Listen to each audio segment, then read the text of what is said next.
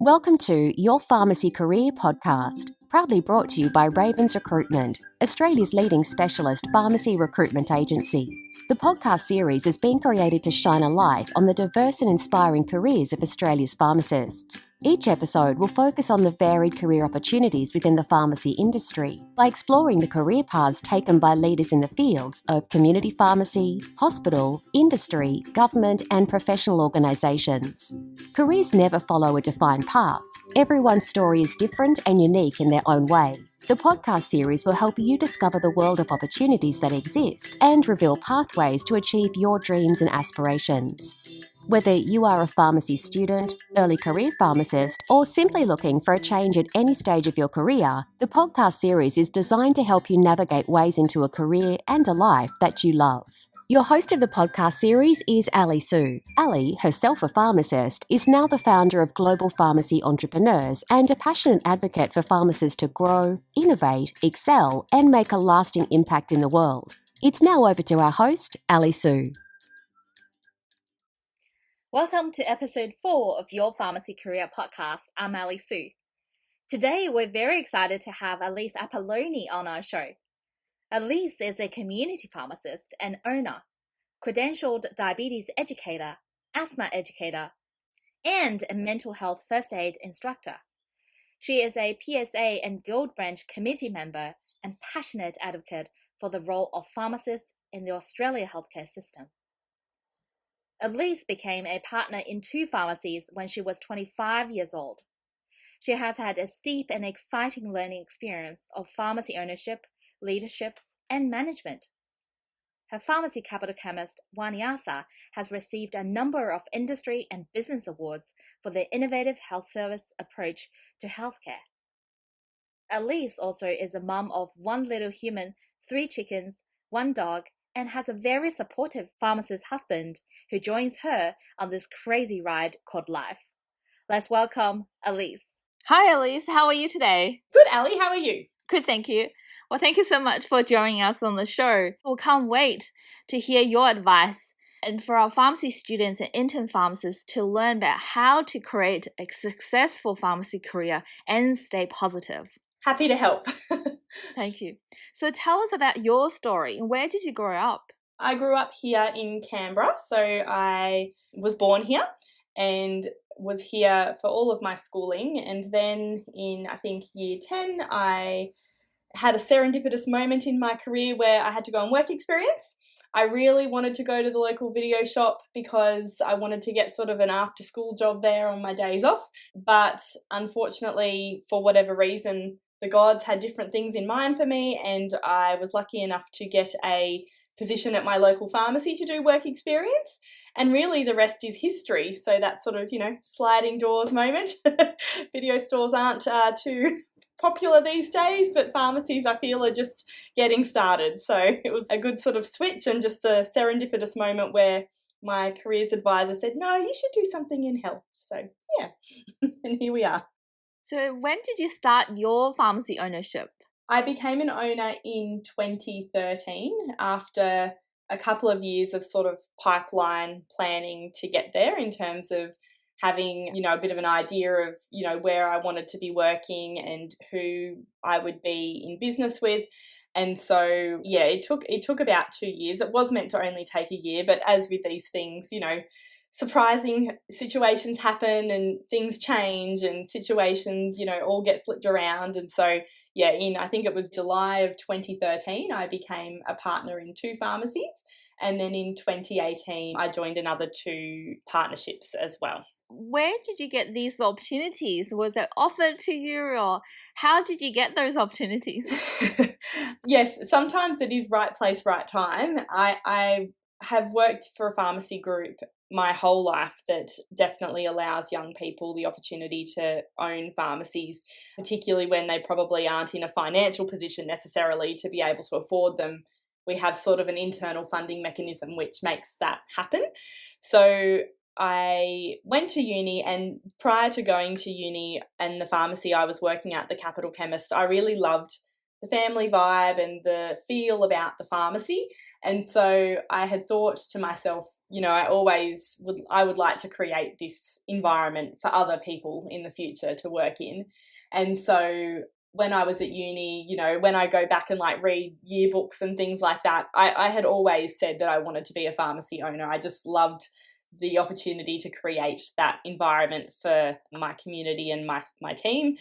And so that sort of always sat with me. And then in my intern year, I remember having a chat to now one of my partners about my interest in pharmacy ownership, and she was very supportive and understanding, and also understood my Gen Y gene and the fact that this wasn't something I felt I could wait for years and years. I was really keen now, and so I wanted to make a difference now. And she arranged for me to meet with some of the more sort of senior people in Capital Chemist and sort of get some ideas about where I might take my career, and the rest is history. So then, a serendipitous maternity leave break for her meant a management opportunity for me. And then from there, I became partner there. So that was very lucky. Yeah. But I suppose the things that sort of helped, I was really keen to try anything. I used to beg to be able to do the staff roster, which on reflection, I hate rosters now, but everything. I just wanted to try everything. I wanted to give everything a go once, and I didn't love everything that I would take over or try and improve or try and work with, but I certainly just wanted to have a go at least once at everything, and I was enthusiastic and happy to study on the side, happy to stay back and, do what I had to do to make sure the pharmacy was where it needed to be, and then ultimately that led into ownership. So we know that you're also a pharmacy practitioner board member. So Yes. What's your role and how did you become a board member? So the pharmacy board regulates pharmacists in Australia and in partnership with APRA. And the role of that sort of entity ultimately is to protect the public. So I'm a passionate pharmacist and I love being a pharmacist, but I'm also very passionate about making sure that the patient or, the end receiver of our care has a good experience. And if for whatever reason there isn't a good experience, that we make it better for them next time, or we make sure that, next time or, future interactions are more positive. So I had a mentor, present tense, still very much respect this particular pharmacist. I had a mentor approach me and say, you should really give this a crack. And I was very skeptical and I wasn't very sure, but I thought, it never hurts to put in an application. The worst thing that can happen is they say, no, you are not eligible or suitable or whatever it may be. And so I put in an application, which actually is then reviewed by the government, so health ministers and things, and I was successful. So I got the ACT Practitioner Member position. So the board is made up of pharmacists and community members from all different backgrounds, and I am a pharmacy owner and also a preceptor to pharmacists, and a younger pharmacist. So, I think we all have different qualities that we bring, and I suppose that sort of grassroots practice is one of the perspectives that I bring to the board. Speaking, Yes. What are some of the lessons you learned from those people who shaped your career development? Mentors come in all different shapes and sizes and times and moments. And sometimes it's just, the person that you can always talk to or, vent to or share ideas with or say what you really think to. Sometimes mentors are people who you actually don't want to be like. So some of the mentors I've had in my career, I've observed and I've learnt things that I think to myself, well, that obviously works for them. But, the lesson I'm learning from having this person in my life is that, I need to try not be like that, which isn't a negative criticism of them. It's just more that it helps refine the kind of pharmacist and practitioner that I want to be. Some mentors that I've had in my life have come at moments when things were tougher or when I had, I needed to hear some hard truths about where, my career was going or, how our business was performing or whatever the tricky situation was at the time. But ultimately, I think they're people that you trust, that you can have full and frank conversations with that are generous and happy to share their wisdom and not manipulate or do anything untoward with the information that you're sharing, that ultimately are working towards a good outcome for you and, you and your career. And I think equally some of the mentoring relationships that I have, they're not always people that have been pharmacists for longer than me, equally interns and pharmacists that I work with are equally as inspiring. And, I think there's something to be learnt from everybody, students, pharmacists, interns, people who are very esteemed in their careers. Everyone's got something to offer.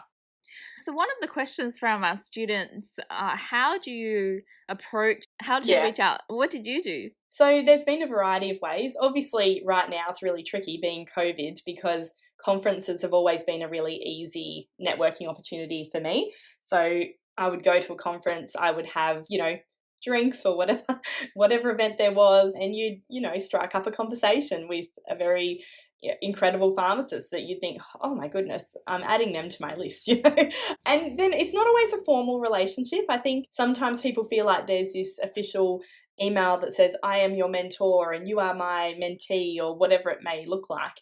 But that's not often, in my experience, what actually happens. It's often like an informal sort of, bouncing of ideas that I'm sure there are formalised arrangements too, and I have had those in the past as well. But it's just a lot of the stuff is just ad hoc, sort of checking in with people and just having that network of people that if you've got a question, you can reach out to that particular person with that skill set to sort of help improve, your practice. I, over the years, receive emails and, Facebook messages and things from pharmacists and students and interns, and I'm always more than happy to kind of respond. But as to whether it's a formal kind of, will you be my mentor, that's not necessarily how the conversations go.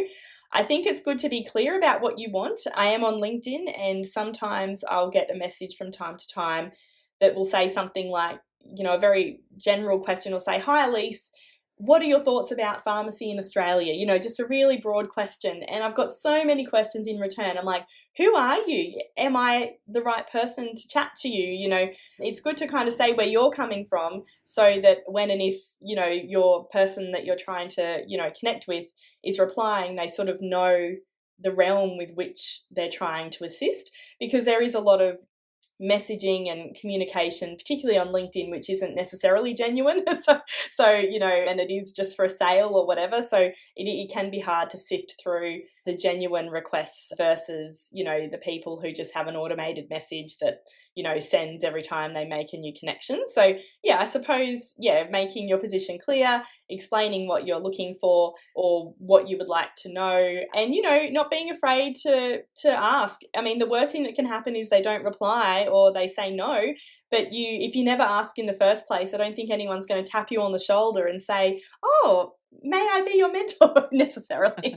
So you sort of just have to put yourself out there. I'm sure it's like dating, you've got to take some chances to strike gold. So, yeah. Yes, exactly. Think of as dating. That's so right. You have to give a few Career tries. dating. Yeah. Yeah.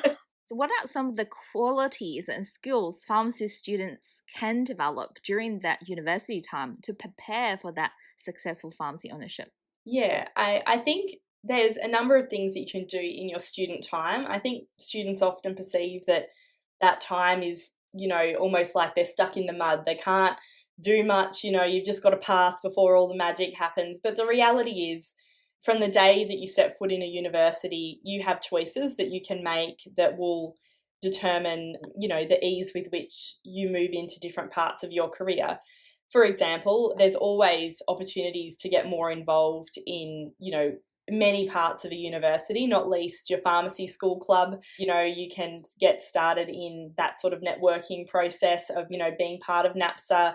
NAPSA has connections with most of the peak bodies in pharmacy. There's, opportunities for students to give feedback and to be across the issues that impact their profession. Then you've got wider things. So, for example, at uni, there was a rural health club. So that was actually a collaborative of many different professions and disciplines, not just pharmacy. And so I could liaise with, other people, radiographers, nuclear med students, nurses, trying to sort of, formulate those cross-professional partnerships. And then there's other groups altogether at university, you know, that might have political persuasions or, you know, viewpoints that they, you know, want to share or, you know, present to others. So I think even at a student level, you have an opportunity to step up and to take on different tasks that ultimately give you a step up in the profession. I think I personally got involved with NAPSA when I was at uni, and I found it very, very helpful. And just the connections and the realization that while the pharmacy world looks really big when you're a student, the reality is pharmacy is a very small profession, and it's really easy to network around and get to know people. And honestly, I can't actually think of ever being at a conference in my career and going up to somebody or talking to somebody and thinking they really didn't want to talk to me and they hated me, or, you know, I was not worthy to talk to them. I've never felt that way. I think everyone's really friendly and approachable because that's the nature of a pharmacist. We are community minded and we work with people for a living. So it's a nice kind of human, generally speaking, that you can talk to. I think as well, when you're at uni, there are some things that you can't necessarily gain from your studies in any large proportion. So mainly business skills, I think, is something that does lack from a lot of pharmacy courses that I have an awareness of, in that, you know, not everyone wants to take that pathway, but certainly you're at uni and you can learn the clinical stuff. And if the clinical stuff is really well embedded, then when you leave uni, you are hopefully a really competent pharmacist. And so then you'll feel more confident to take on new study or sort of new, I suppose, specialisation if you hope to have a career in pharmacy ownership. But certainly, yeah, I mean, a uni can't teach you absolutely everything you're going to ever have to know, and nor can an internship for that matter, but it's just a matter of, you know, making people aware of where they can improve themselves over time. What's your advice about, you know, on-job training versus external training? So I am really passionate about people working on the job to learn things. I think it's awesome to have the theoretical knowledge of your degree, your qualification, but there's nothing quite the same as being on the ground and experiencing that firsthand. So I think it's really important. In terms of CPD, I think everyone's different in how they upskill annually. You know, we obviously have annual requirements to maintain our registration.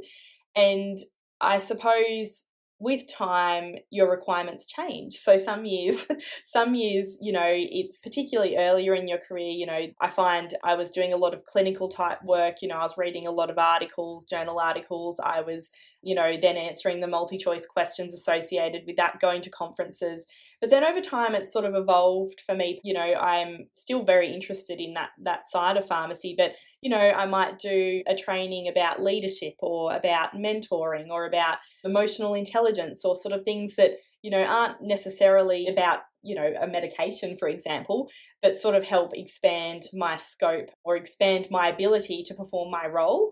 And yeah, and it's not always how you think, you know, it's not always reading, you know, a pharmacist specific magazine, or it's not always attending a pharmacy conference. You know, there's lots of related experiences that formulate what can contribute. I've done volunteer work that's counted in terms of, you know, bettering my communication skills. I've done all sorts of weird and wonderful things over the years. I've trained others and counted that as sort of training points, I suppose, or group 3 points. But yeah, there's a massive array of options. Yeah. And the point is that with time, I think we get a bit better at identifying what we don't know, you know, when we're working and you think, oh gosh, you know, that's new, or, you know, I really need to brush up on that, and sort of take a note down of, okay, I need to go look into that and and put some time aside. Sometimes it's hard to know what you don't know until you sort of have been thrown in the deep end. Yeah. What are some other opportunities for growth in this area in community pharmacy? I think that community pharmacy is in a great position to keep helping out communities at a grassroots level. I actually get a little bit emotional actually when I think about it. In the last few months particularly, we've had patients that have not necessarily been able to experience their normal healthcare in the last few months for many, you know, understandable reasons. We're in a pandemic. People can't move the way they want to move around their community necessarily. People can't live their life like normal, but their pharmacy has always been there. You know, it's not changed. Maybe you can't sit on as many chairs. Maybe it's not suggested that you touch as many things, or maybe there's sort of a suggestion that you might sit outside and wait as opposed to inside if, there's lots of people around and social distancing. But the point is that has not faltered, and I'm really proud to be part of that network of pharmacies providing that care. The opportunities for us in the future are to continue to help people. I think when you have that at the front of everything that you do, at the front of your mind, there's only good that can come from helping people to the best of your ability. How can I help people to the best of my ability? Well, I'm sure there's health services and health connections that we can make in a community pharmacy ongoing that will help patients in a measurable fashion, whether it be, yes, from helping their mental health, from having pharmacists with specialties like diabetes education or sleep apnea or asthma management or, immunisation or whatever it may be. The point is, I think the more that we are open to being flexible for our community and meet their needs, the more that opportunities will continue to present themselves. And that's certainly been my experience. You find a problem or you see a gap and you work out a way that you as a pharmacy can help in that space. And then you offer something that may help people who are falling through cracks, and then ultimately you've innovated and then you've helped the community in a better way, in a unique way, and hopefully in a rewarding one as well.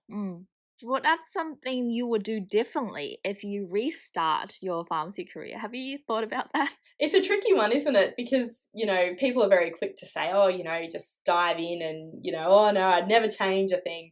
I'm sure there are things I would change. I think I probably could have been more patient early in my career.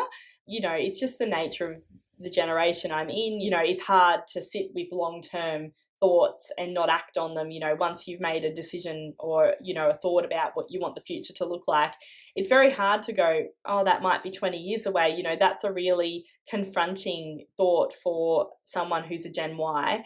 But I think that, on reflection, if I'd known what the future was going to look like, hindsight, I probably wouldn't have been as stressed at the time about getting to the goal or whatever the goal was at the time that I was after.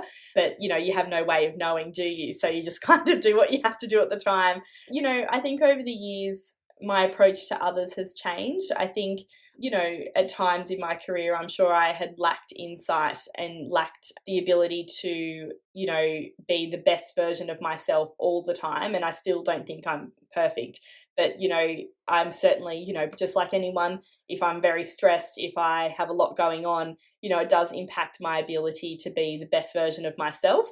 And so I'm sure that there's been times earlier in my career where I could have done better or been better, whether it be for others or, in situations that I found myself to have better outcomes for patients or team members or whatever that may be. But it's all a learning experience, and you can't change what's happened or, you just have to sort of learn from it and grow from it and, constantly be striving for self-improvement. So if you were counselling a student about to graduate from their course and wanted to select an internship and not knowing where to start, what's your advice for them? Oh, this is a favourite topic of mine, Ali. I'm really quite passionate about this. So I often feel that people are so caught up in getting a position that they don't necessarily have a think about what it may feel like to be in that position. So what I mean by that is sometimes you can walk into a pharmacy and it might look amazing or it might have all the bells and whistles, but who are you working with? Who is your preceptor? Who are the team members that will be nourishing you as you grow into hopefully a generally registered pharmacist? So I think instead of focusing on, proximity to, your home necessarily, or do you have to work weekends or not, or is there a late night shift or whatever that may be, I think that where possible, focusing less on that and more on who are the humans, who are the pharmacists and pharmacy assistants that will be building me into the best pharmacist I can be, and are they invested in me? And if you ask questions, in your interview, because of course it's a two-way street. So I expect that when we're interviewing prospective interns that they'll have some questions for me. And, often I'm wanting them to sort of make sure that they feel that we would be a good choice for them. Are we going to help them practice for their exams? Are we going to, make sure that they're learning on the job and make sure that they have opportunities, plenty of them, to interact with patients, but also learn, management skills and time management skills and problem solving? Are we just going to, slot them into one role and make them do that for 12 months, which is not necessarily how pharmacists are. We often are doing lots of different things at once and trying to juggle a few different hats as well. So I think, picking the person that you want to train you is a really important process. So that mentor and preceptor person needs to be someone that can take you through that crucial year really well. And it might not always be in the area of pharmacy that you expect. I think, certainly just, locally, often there is, a real competition for hospital positions comparatively to community pharmacy. And that is neither here nor there. The positions that are available are available. But, we can change at any point in our career. A generally registered pharmacist can shift and does shift. I've got many friends that have changed back and forth over their careers, and well out of just community and hospital as well. So I think the fixation on where it is necessarily isn't as important as who are the people that you're going to be working with and how will they make you the best pharmacist they can be, because you only get one intern year or one intern period to really solidify that experience and those learnings. You don't want to waste it. You want to make the most of it. Great advice. Wow. So last question, if you had one piece of advice for our pharmacy student, intern pharmacists, both personally and professionally, what would it be? I think it would be to just create the world that you want to live in. If you want to go to work and feel inspired and interact with your patients in a meaningful way and really care about, that experience, being the example that you want to see in the world is a really good start. Creating that environment for yourself will hopefully make others around you think, hey, I really, they seem to really like their job. They seem to be rewarded by it. What are they doing that can make me, like what I'm doing even more? I think leading by example, creating the environment that you want to work in where you can influence that, and being the example that you'd like to see, in the rest of the world or in other pharmacists or practitioners that you work with, I think it's a really good start. Yeah. Well, thank you so much for your time, Elise. No problems at all. Thanks for the chat. Thank you for listening to this episode of the Your Pharmacy Career podcast, proudly brought to you by Ravens Recruitment, Australia's leading specialist pharmacy recruitment agency. If you enjoyed this episode and know anyone else who you think would benefit from it, we would be grateful if you could share it with them. Together, we help even more pharmacists develop a career and life they love. If you have any questions or suggestions about future podcast episodes, please reach out to us via email info@ravensrecruitment.com.au.